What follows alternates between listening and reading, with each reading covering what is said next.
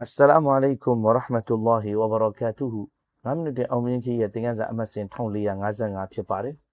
ကျွန်တော်တို့တွေအားလုံးအမြင်မပြတ်ကြက်မှတ်ထားတဲ့အာယတ်တော်တစ်ခုကိုဒီနေ့တင်ပြအပ်ပါတယ်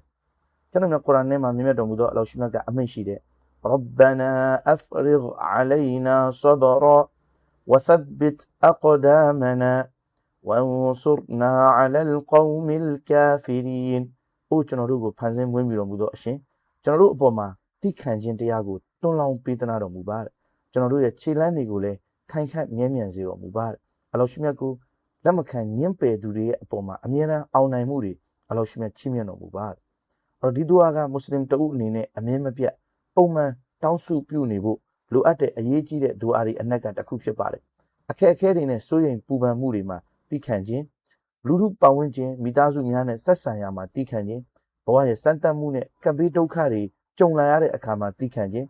ထောက်ဝမှုအီဘာဒတ်ပြုလုပ်ရမှာကြံ့ကြံ့ခံတိခံခြင်းမကောင်းမှုဒုစရိုက်အပေါင်းကနေပြီးတော့ရှောင်ကျဉ်ရမှာတိခံခြင်းတွေအားလုံးဒီထဲမှာဆိုရင်ပါဝင်ပါတယ်တကယ်လို့အလောရှိမြတ်ကကျွန်တော်ကိုတိခံခြင်းနဲ့ရောင်ရဲကျဉ်းတဲ့ခြင်းတွေကိုပေးသနာတော်မူလိုက်ရင်ကျွန်တော်အတွက်ကောင်းခြင်းမင်္ဂလာနဲ့ဂယုဏရဲ့တကားပေါက်တွေမုတ်ချဧကံပွင့်သွားမှာဖြစ်ပါတယ်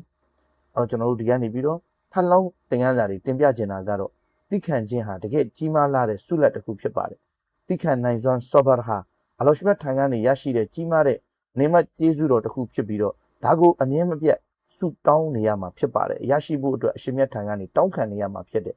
နံပါတ်2ချက်ကတော့စိတ်ဆင်းရဲစရာတွေနဲ့အခက်အခဲတွေကိုကျော်လွှားနိုင်ခြင်းမှာဘဝမှာဆိုရင်ပူပန်မှုတွေနဲ့ပြဿနာတွေကြုံတွေ့ရချိန်မှာစိတ်ဓာတ်မကျဘဲနဲ့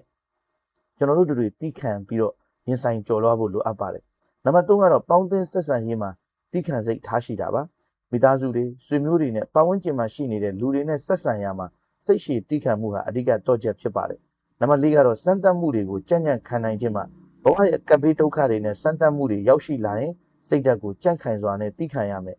နံပါတ်5ကတော့တရားတော်နဲ့အညီကျင့်ကြံရမှာဆွဆွမြဲမြဲလုပ်တာပါကောင်းမှုကုသိုလ်ပြုလုပ်ခြင်းနဲ့အလောရှိမြတ်ရဲ့အမိန့်တော်တွေကိုလိုက်နာရမှာပြင်းရည်ခြင်းမရှိဘဲဇွဲတိခံမှုတွေနဲ့ဆက်လက်လှုပ်ဆောင်ရမှာပါနံပါတ်6ကတော့မကောင်းမှုတွေကနေရှောင်ကျဉ်နိုင်တဲ့စိတ်ဓာတ်ပါမကောင်းမှုအကုသိုလ်တွေနဲ့မကောင်းတဲ့တွေးဆောင်မှုတွေကိုညှဉ်းဆန်ဖို့အတွက်မိမိရဲ့စိတ်ကိုထိန်းချုပ်တဲ့တိခံခြင်းမျိုးတွေလိုအပ်နေပါတယ်